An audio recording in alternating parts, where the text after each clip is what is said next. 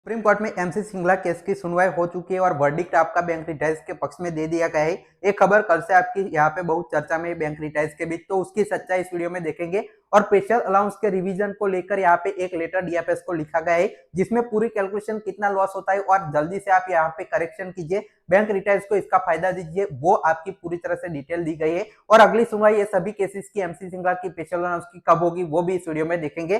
तो चलिए वीडियो की शुरुआत करते हैं। और सबसे पहले जेन्युइन खबर देखने के लिए इस चैनल को आप सब्सक्राइब कर सकते हैं अगर आप बैंक रिटाइज से।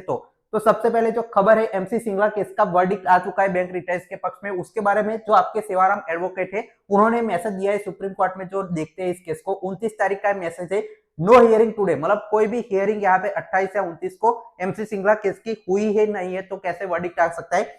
जो आपका कैनेरा बैंक के कुछ पेंशनर्स है उनके बीच आपका मैसेज सोशल मीडिया पर चल रहा था, उसके बारे में इन्होंने कहा कि ये पूरी तरह से मैसेज है वो 100% फेक है, कोई भी सुनवाई एमसी सिंगला केस की हुई नहीं है। और अगली सुनवाई कब होगी इन सभी केस की, पेंशन जो आपका एमसी सिंगला है, स्पेशल अलाउंस है, कम्यूटेशन है, ग्रेट्युटी, इन सभी केसेस की यहाँ पे जो आपको वेट करना होगा अगले थर्सडे का।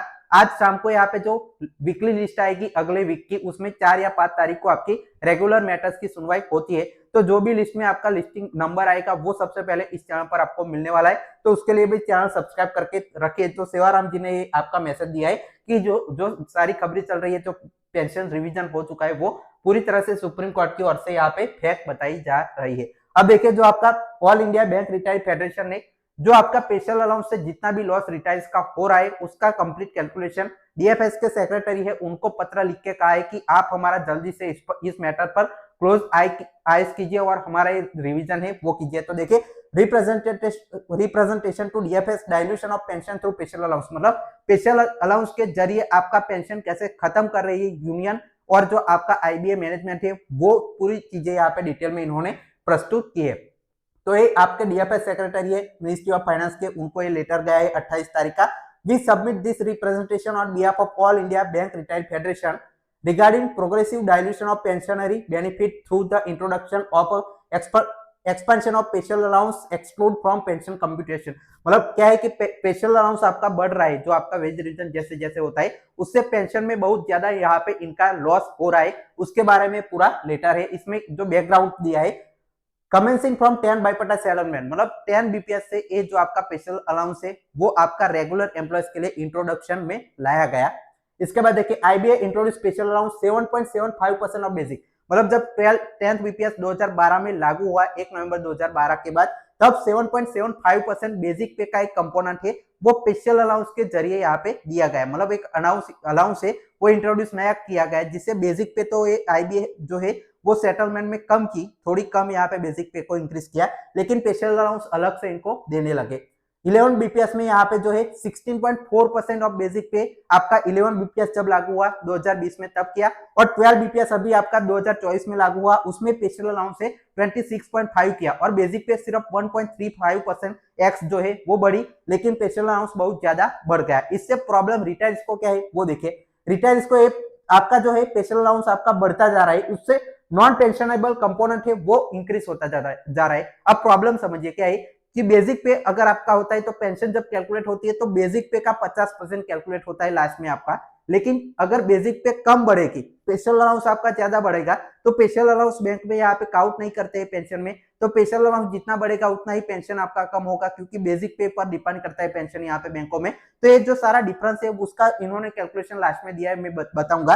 तो मेन प्रॉब्लम इनकी ये है। अब देखिए, एम्प्लॉय 1 नवंबर 2012 ऑनवर्ड्स थे, उन्हें प्रोग्रेसिव हायर पेंशन यहाँ पे लॉस होता जा रहा है जैसे जैसे स्पेशल अलाउंस यहाँ पे बढ़ता जा रहा है।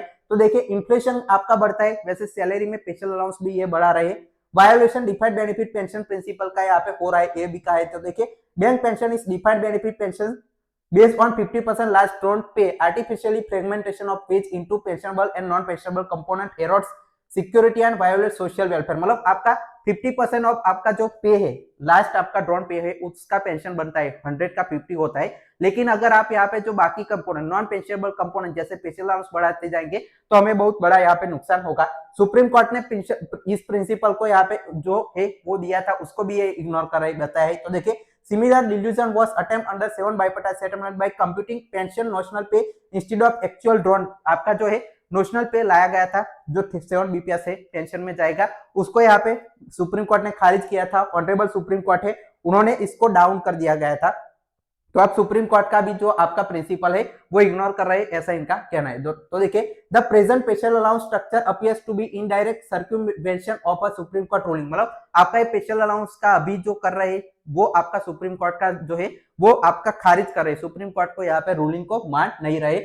यहाँ पे सीरियस पॉलिसी रिस्क किससे हो गए, लॉन्ग टर्म यहाँ पे पेंशन है वो सस्टेनेबिलिटी कम हो जाएगी, साथ ही में इंटर जनरेशन डिस्क्रिमिनेशन होगा, लिटिगेशन एक्सपोजर यहाँ पे इंक्रीज होगा, undermining trust and statutory pension components है वो आपके कम हो गए। तो हमारी हम्बल रिक्वेस्ट है declare special allowance as a part of pay for pension and terminal benefit, मतलब हमारी जो डीएफएस सेक्रेटरी है उनको यहाँ पे जो है स्पेशल रिक्वेस्ट है कि आपका स्पेशल अलाउंस को बेसिक पे का पार्ट यहाँ पे डिक्लेयर कीजिए और इस पे 50% यहाँ पे जो है वो बेनिफिट दीजिए। जैसे बेसिक पे को गिनते हैं प्लस आपका स्पेशल अलाउंस भी किया जाए और उसका 50% आपका पेंशन है वो कीजिए।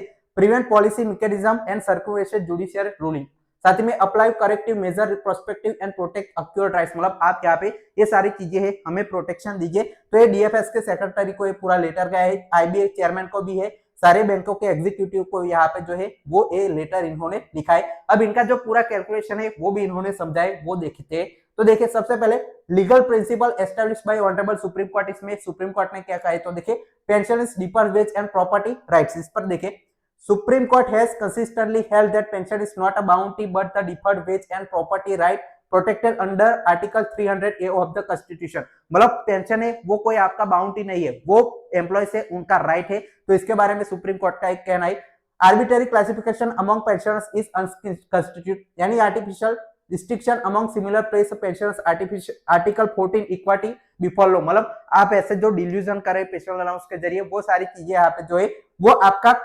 अनकॉन्स्टिट्यूशनल है, ये भी रूलिंग है। साथ ही में देखिए pension must reflect actual pay drawn in the bank pension litigation relating 7 bipartite settlement, honourable supreme court struck down provision with a calculated pension notional pay instead of actual pay declare ultra vires ab initio, मतलब इन्होंने कहा था कि आप जो 7 BPS में जैसे किया था कि आपने यहाँ पे नॉशनल पे पर पेंशन देने की जगह जो एक्चुअल पे है उस पर दिया। सुप्रीम कोर्ट के ओर से भी लीगल यहाँ पे जो है वो फैसला आया था। Indirect circulation of judicial mandate is impermissible, मतलब आप जो रूलिंग सुप्रीम कोर्ट की तोड़ रहे हैं वो सारी चीजें आप नहीं कर सकते। Social welfare legislation must be interpreted beneficiary, मतलब यहाँ पे सोशल वेलफेयर के लिए भी ये सारी चीजें सही नहीं है। अब इसकी जो डिटेल में कैलकुलेशन है वो यहाँ पे इन्होंने प्रस्तुत की है, वो देखते हैं। तो देखिए एजम्पशन हम करते हैं कि आपका बेसिक पे रिटायरमेंट पे 1 लाख रुपीस चल रहा था, जब आप रिटायर हुए उसके पहले आपका जो बेसिक पे है वो 1 लाख रुपये चल रहा था।